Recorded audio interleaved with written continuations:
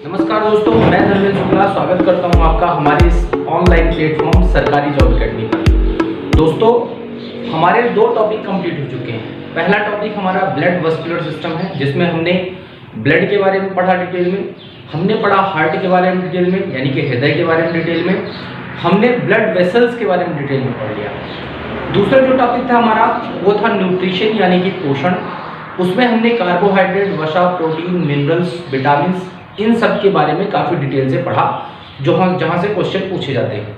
आज हम एक नया टॉपिक चालू करने वाले हैं जिसका नाम है पाचन, डाइजेशन। किसी भी एग्जाम, चाहे आप एसएससी एमटीएस का ले लो, चाहे पीएससी का ले लो, चाहे पुलिस का ले लो, चाहे जेल प्रहरी ले लो, चाहे आप किसी भी स्टेट पीएससी का ले लो, खासतौर से एमपीपीएससी, यूपीपीएससी और बिहार पीएससी, इन सब में काफ़ी अच्छे से पूछा जाता है और मैं आपको काफ़ी डिटेल में पढ़ाऊंगा, बहुत अच्छे से समझा कर पढ़ाऊंगा। लगभग 4-5 वीडियो आएंगे इसके, काफ़ी अच्छे से शॉर्ट वीडियोस रहेंगे। आप उनको ढंग से कब तैयार कर लेंगे तो यकीन मानिए कि आपको कहीं से भी कभी भी पाचन पढ़ने की आवश्यकता नहीं पड़ेगी। तो आइए बात करते हैं पाचन की।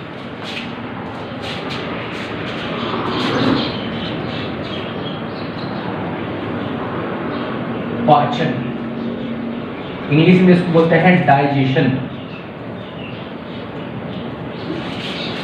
तो सबसे पहले हमारे दिमाग में एक क्वेश्चन आता है कि व्हाट इज डाइजेशन। एक क्वेश्चन हमारे दिमाग में आता है कि पाचन क्या है। तो अगर हम ये बात करें कि पाचन क्या है तो देखिएगा ध्यान से, जहां से क्वेश्चन पूछे जाते हैं। तो पहला ही पॉइंट, ये परिभाषा का पॉइंट है कि पाचन क्या है। तो उसमें अगर हम बात करें तो पाचन एक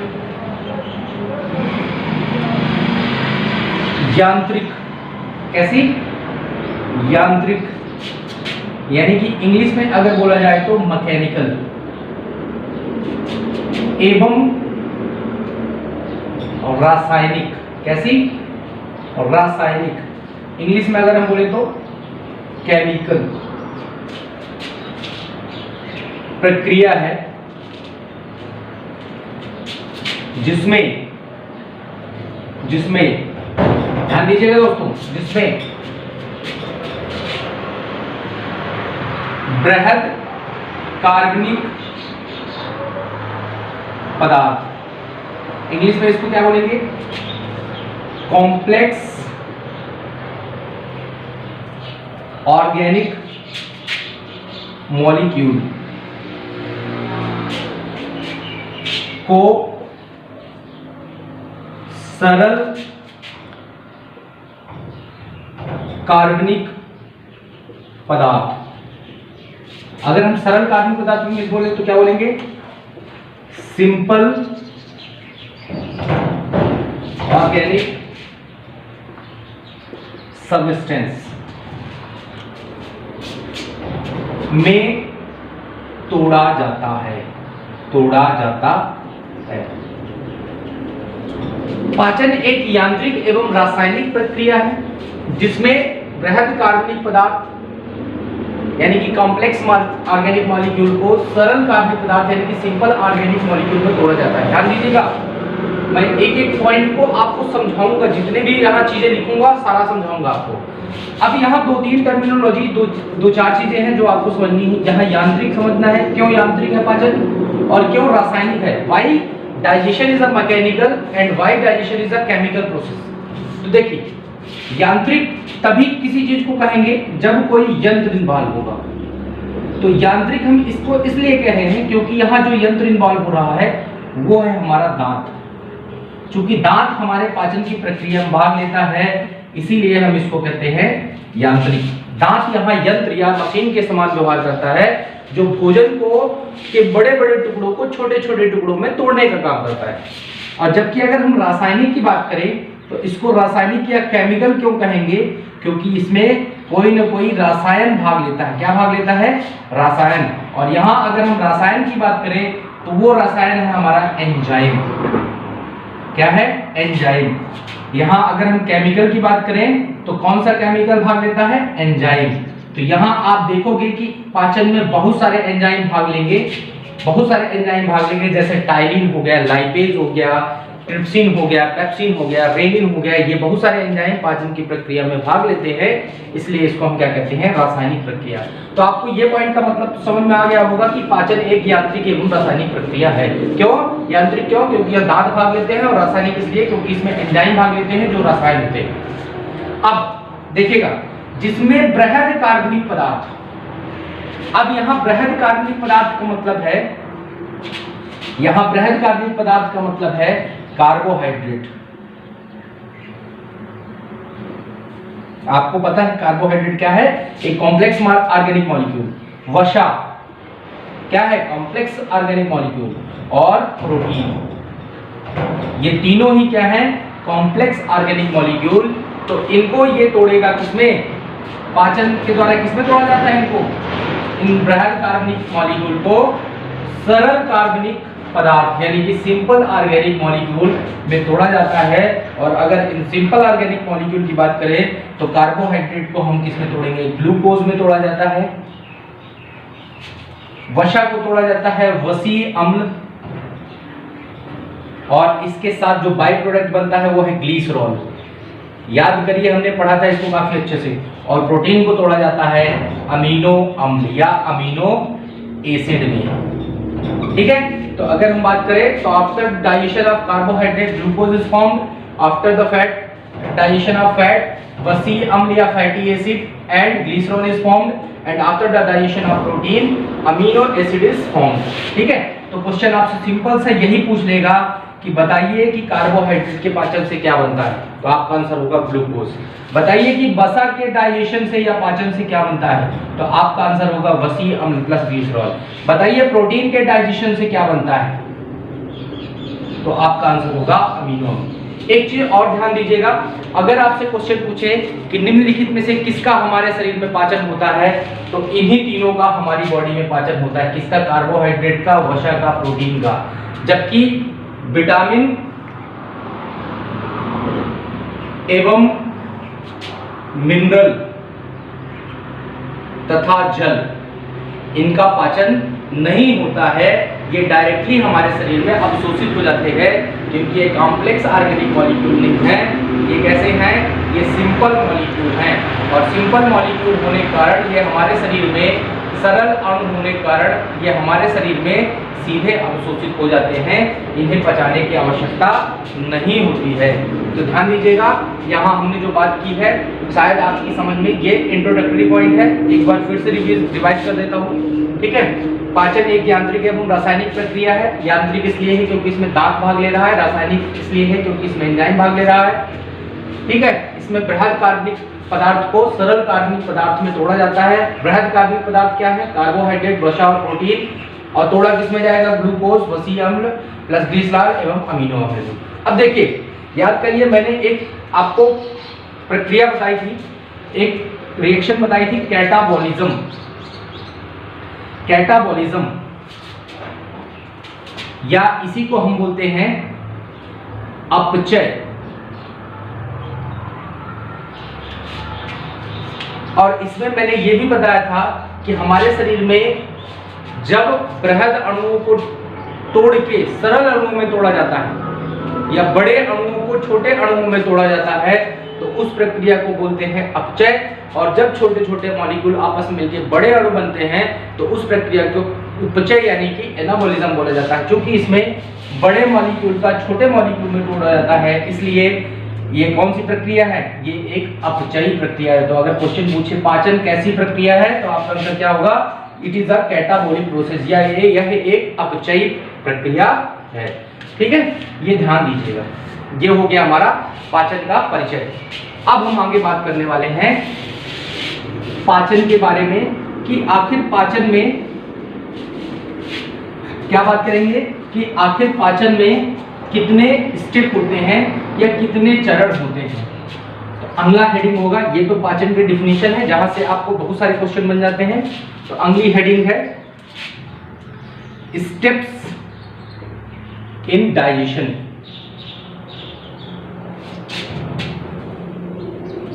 पाचन के चरण। ध्यान दीजिएगा, जो पाचन होता है मानव शरीर में वो 5 स्टेप में होता है। Digestion in human body takes place in 5 steps. मनुष्य के शरीर में जो पाचन होता है वो 5 चरणों में होता है। अच्छा, ये ध्यान दीजिएगा, पाचन जो है, पाचन इसका एक चरण ही है। तो पहला जो होता है वो होता है इंजेशन, इसको इंग्लिश हिंदी में बोलेंगे अंतर्ग्रहण। अभी समझाऊंगा क्या होता है। दूसरा होता है digestion. Digestion itself is a step of process of digestion या स्टेप इन डाइजेशन, यानी कि पाचन। तीसरा होता है अवशोषण। अवशोषण इंग्लिश में इसको बोलेंगे एब्जॉर्प्शन। चौथा स्टेप जो होगा वो होगा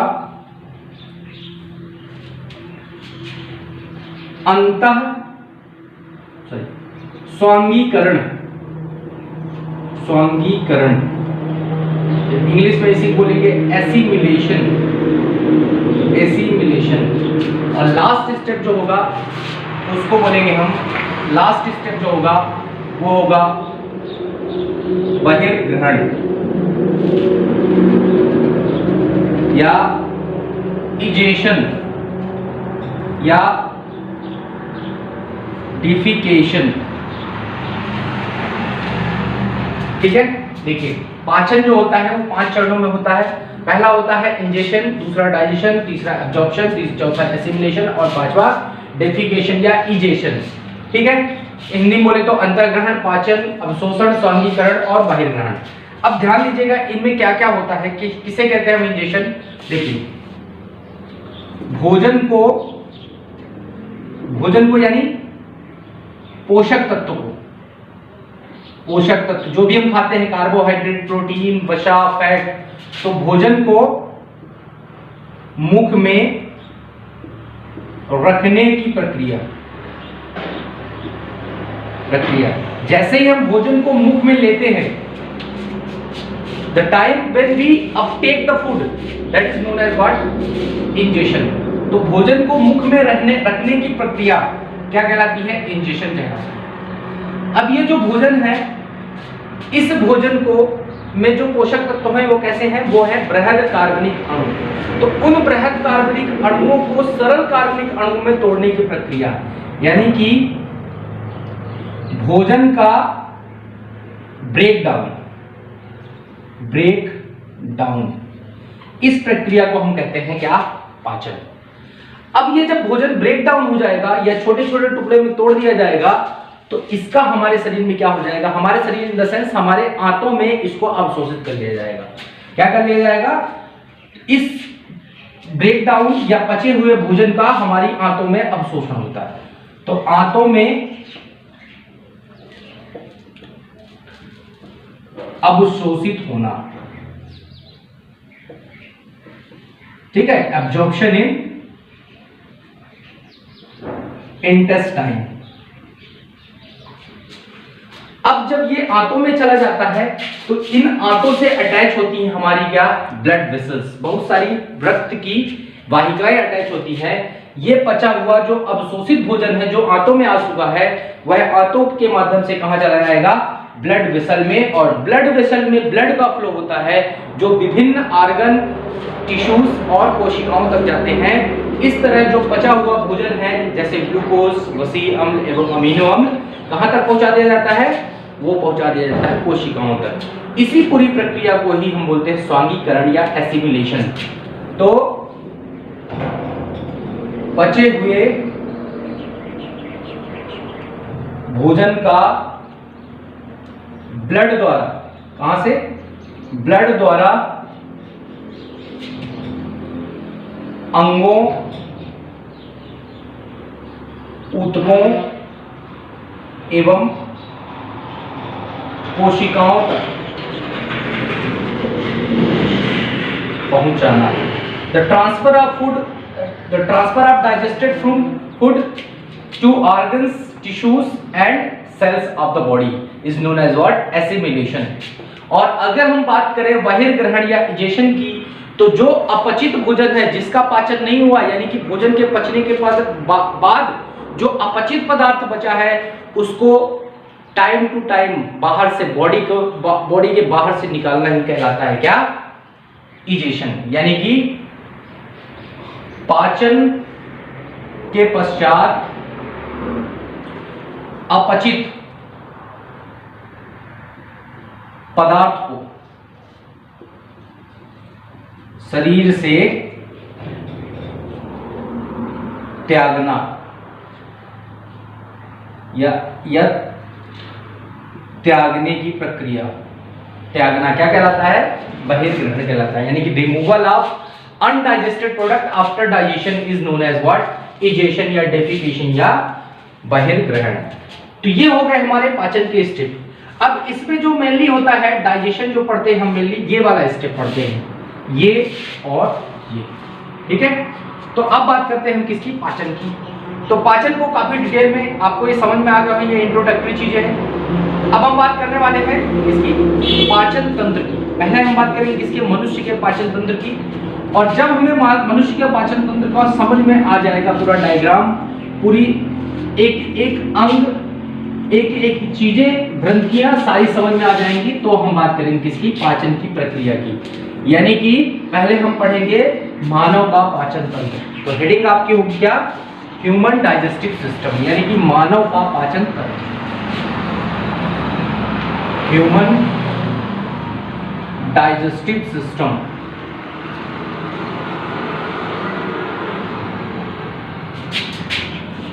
मानव का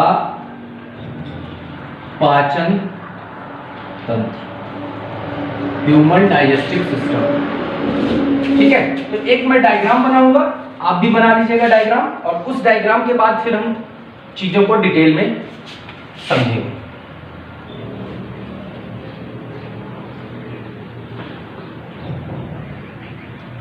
ये जो ग्रंथियां हैं इसको मैं रेड कलर से प्रेजेंट करता हूं। तो all the glands which is present in digestive system is represented by different colour. तो आप भी इसको अलग कलर से प्रेजेंट कर लेंगे जैसे मैं कर रहा हूं, तो आपको चीजों को समझने में आसानी हो।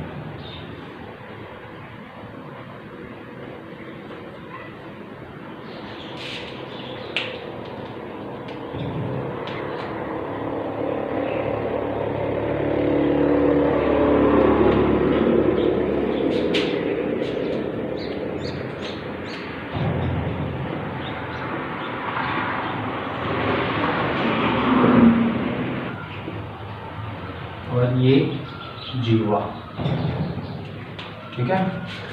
तो ये है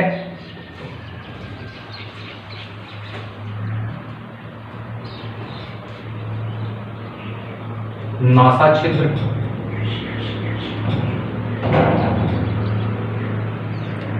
नेसल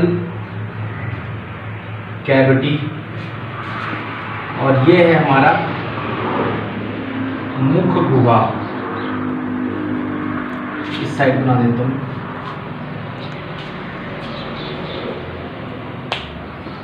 मुख गुहा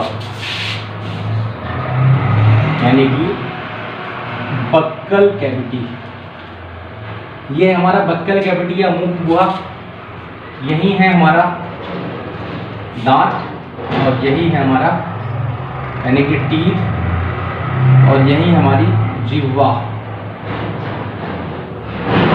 यानी कि टंग। ये हमारा ग्रास नली, जिसको हम इंग्लिश में बोलते हैं इसोफेगस। इसोफेगस ये है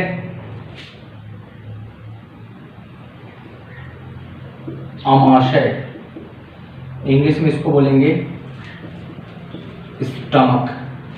इस अमाशय के भी 4 पार्ट होते हैं, ध्यान देंगे हम लोग, बताएंगे इसको, आगे पढ़ेंगे। ये 4 पार्ट में मैं डिवाइड कर दिया, बोल देता हूँ, अभी आगे मैं डिटेल में जब पढ़ाऊंगा तो बात करेंगे हम लोग, ठीक है। तो अमाशय के 4 पार्ट हैं।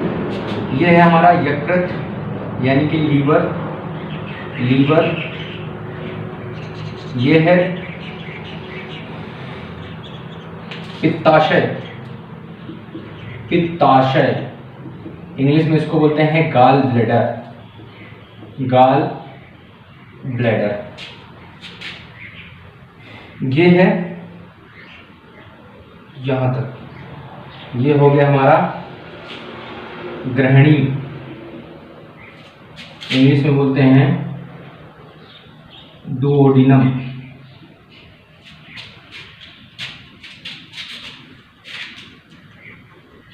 ये हो गया हमारा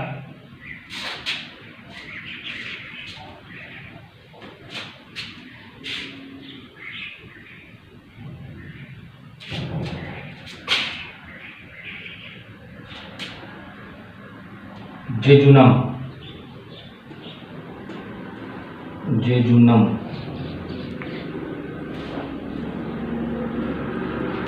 और ये हो गया हमारा जेजुनम, और ये है इलियम।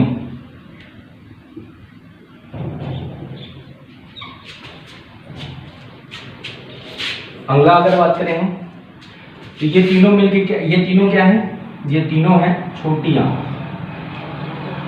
इन तीनों को ही कंबाइनली हम कहते हैं क्या, छोटी आंत।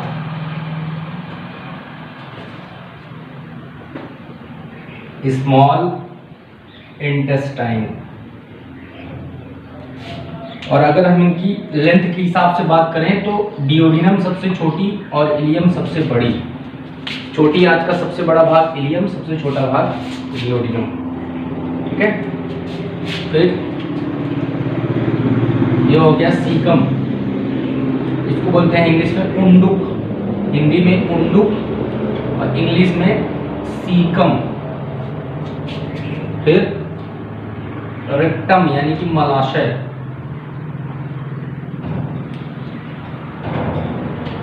और फिर ये है बृहदांत्र, इंग्लिश में कोलॉन, बड़ी आंत का सबसे बड़ा भाग।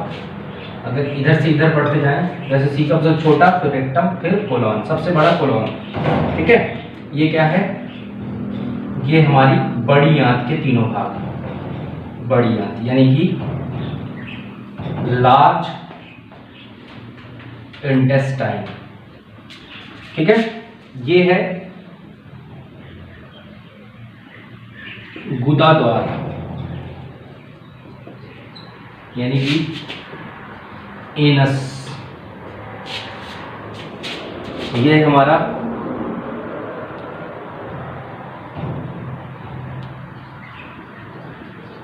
वर्मीफॉर्म अपेंडिक्स,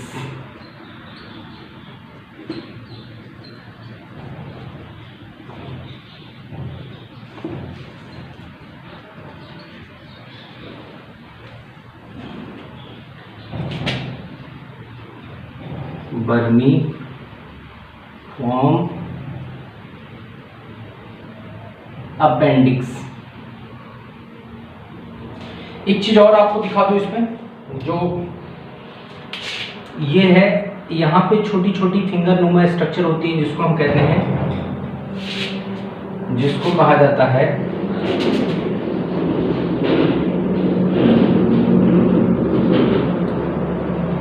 रसांकुर, इंग्लिश में बोलते हैं बिली या बिलाई, जो भी आपको पढ़ना हो। तो ये जो है, ये है हमारा digestive system, it is all about our digestive system, ये पूरा डाइजेस्टिव सिस्टम का डायग्राम। अब इसको अगर सिंपल तरीके से हम समझना चाहें तो रे डायग्राम के माध्यम से ऐसे समझ सकते हैं इसके पार्ट्स को, जो मैं इधर बनाने वाला हूँ। रे डायग्राम,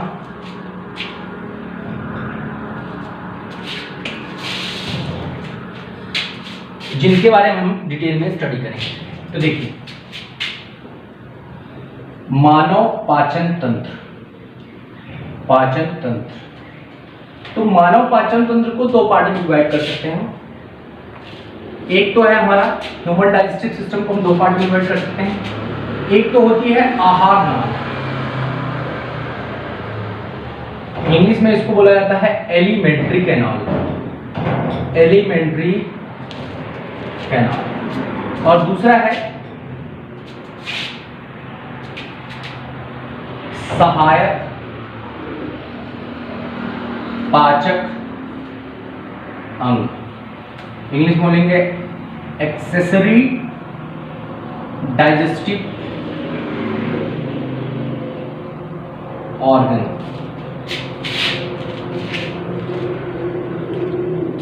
तो पाचन तंत्र को हम दो पार्ट में डिवाइड कर सकते हैं बेसिकली। एक तो आहार नाल, एलिमेंट्री कैनाल, और दूसरा है सहायक पाचन अंग, कि वो भाग है पाचन अंग का जिसमें पाचन होता है।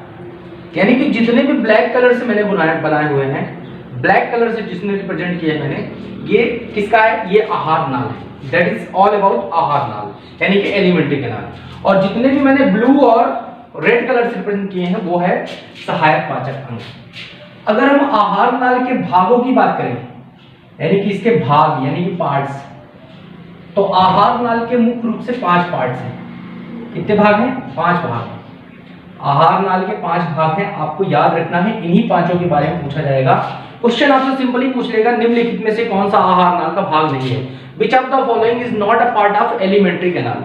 तो देखिए, आहार नाल का जो पहला भाग है वो है हमारा मुख गुहा। पहला कौन सा भाग है? मुख गुहा। इंग्लिश में बोलते हैं इसको माउथ कैविटी, या इसी को बोल देते हैं बक्कल कैविटी। दोनों ही सेम ही है। दूसरा है ग्रास नली। दूसरा भाग क्या है आहार नाल का? ग्रास नली। इसी को हम बोल देते हैं फूड पाइप, या इसी को बोलते हैं इसोफेगस, या इसी को भोजन नली। इंग्लिश में क्या बोलते हैं इसको? इसोफेगस। ओ साइलेंट होता है यहां। तीसरा जो भाग होता है वो होता है अमाशय। अमाशय ये आहार नाली का सबसे चौड़ा भाग होता है। इंग्लिश में बोलते हैं स्टमक। डिटेल में पढ़ने वाले हैं। इसके 4 भाग होते हैं, ये भी पढ़ेंगे कौन कौन से भाग हैं। कार्डियस, फंडस, कार्डियक, बॉडी और पाइलोरस, ये 4 भाग होते हैं इसके। फिर उसके बाद है छोटी आंत। अगला जो भाग है छोटी आंत, ये आहार नाल का सबसे लंबा भाग है। छोटी आंत, स्मॉल इंटेस्टाइन। इसके 3 भाग हैं। 3 कौन कौन से भाग है? ग्रहणी, जेजुनम, इलियम। ठीक है। और चौथा है, 5वां है बड़ी आंत। बड़ी आंत यानी कि लार्ज इंटेस्टाइन। लार्ज इंटेस्टाइन, इसके भी मुख्य रूप से 3 भाग हैं। उंडुक, मलाशय, बृहदांत्र। इंग्लिश में सीकम, रेक्टम, कोलोन। ठीक है। आप सहायक पाचक अंग को 2 पार्ट में डिवाइड कर सकते हैं इसको। पहला जो है वो है पाचक ग्रंथियां। पहला कौन सा है? पाचक ग्रंथियां। ये रेड कलर से, चूंकि उधर पे बनाई है तो रेड कलर से यहां भी लिख रहा हूं मैं। इंग्लिश में बोलेंगे डाइजेस्टिव ग्लैंड। तो क्वेश्चन आपसे सिंपल सा पूछेगा, which of the following are not the digestive glands? ठीक है। तो निम्नलिखित में से कौन सी पाचन ग्रंथियां नहीं है, या कौन से पाचन ग्रंथियां हैं? तो डाइजेस्टिव ग्लैंड में पहला जो है वो है लार ग्रंथियां। लार ग्रंथि, ये भी 3 प्रकार की होती हैं। इंग्लिश में इनको बोलते हैं सैलिवरी ग्लैंड। बात करेंगे पैरोटिड, सब मैक्सिलरी, सबलिंगुअल। दूसरा जो होता है, दूसरा जो डाइजेस्टिव ग्लैंड वो होता है गैस्ट्रिक ग्लैंड, यानी कि जठर ग्रंथि। क्या नाम है? जठर ग्रंथि। अमाशय पाई जाती है गैस्ट्रिक ग्लैंड। दूसरी ग्रंथि होती है जठर ग्रंथि, पहली होती है लार ग्रंथि। तीसरी अगर ग्रंथि की हम बात करें तो तीसरी है अग्नाशय। अग्नाशय, इंग्लिश में इसको बोलते हैं पैंक्रियास। और चौथी अगर ग्रंथि की बात करें तो वो है यकृत। यकृत यानी कि लीवर। शरीर की सबसे बड़ी ग्रंथि भी है। और पांचवी जो है वो है आंतीय ग्रंथि। आंत में भी कुछ ग्रंथियां पाई जाती हैं जहां से आंतीय रस यानी कि कुछ रस सिक्रीट होते हैं, एंजाइम सिक्रीट होते हैं, हम बात करेंगे आगे। आंतीय ग्रंथि, इंटेस्टाइनल ग्लैंड, इंटेस्टाइनल ग्लैंड, ये हो गई ग्रंथियां। तो 5 ग्रंथियां हैं पाचक ग्रंथि में, ठीक है। पाचक ग्रंथियां में 5 ग्रंथियां हैं। लार ग्रंथि, सैलिवरी ग्लैंड भी बोलते हैं, जठर ग्रंथि, गैस्ट्रिक ग्लैंड भी बोलते हैं, अग्नाशय, पैंक्रियास शरीर की दूसरी सबसे बड़ी ग्रंथि, यकृत, लीवर शरीर की सबसे बड़ी ग्रंथि, और आंतीय ग्रंथि। तो ये 5 ग्रंथियां आपको ध्यान रखनी है, इनके बारे में डिटेल में हम लोग पढ़ने वाले हैं। अब हम बात करते हैं अन्य अंग। अब सहायक पाचक अंग का दूसरा क्या है? अन्य पाचक अंग, इंग्लिश में अदर डाइजेस्टिव ऑर्गन। और ऑर्गन जो पाचन में मदद करते हैं उनका नाम, जो मैंने वहां नीले कलर से प्रेजेंट किया है, ठीक है, नीले कलर से प्रेजेंट किया है। तो पहला है आपका पित्ताशय। पित्ताशय ना तो एक ग्रंथि है और ना ही आहार नाल का भाग है, यानी कि गाल ब्लैडर।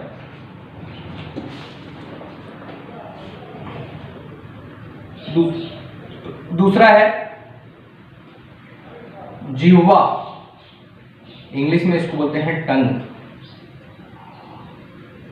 और तीसरा है दांत, इंग्लिश में इसको बोलते हैं टीथ। तो ये चीजें हैं जो मानव पाचन तंत्र में हमें पढ़ना है। इनके बारे में हम डिटेल में पढ़ेंगे। आहार नाल के बारे में पढ़ेंगे, इनके 5 भागों के बारे में जहां जहां क्वेश्चन पूछे जाते हैं। पाचक ग्रंथियों के बारे में पढ़ेंगे और पित्ताशय, जिह्वा और दांत के बारे में डिटेल में हम लोग अगली क्लास में पढ़ने वाले हैं। अब अगली क्लास को आपको अगर पाचन को समझना है तो बने रहिए हमारे सरकारी जॉब एकेडमी चैनल पे। नेक्स्ट क्लास में हम डिटेल में पाचन तंत्र के बारे में पढ़ेंगे और उसके बाद फिर हम लोग पाचन की प्रक्रिया पढ़ेंगे, the process of digestion, how digestion takes place in our body. ठीक है, तो इसी के साथ हम आज के लेक्चर को समाप्त करते हैं। बिफोर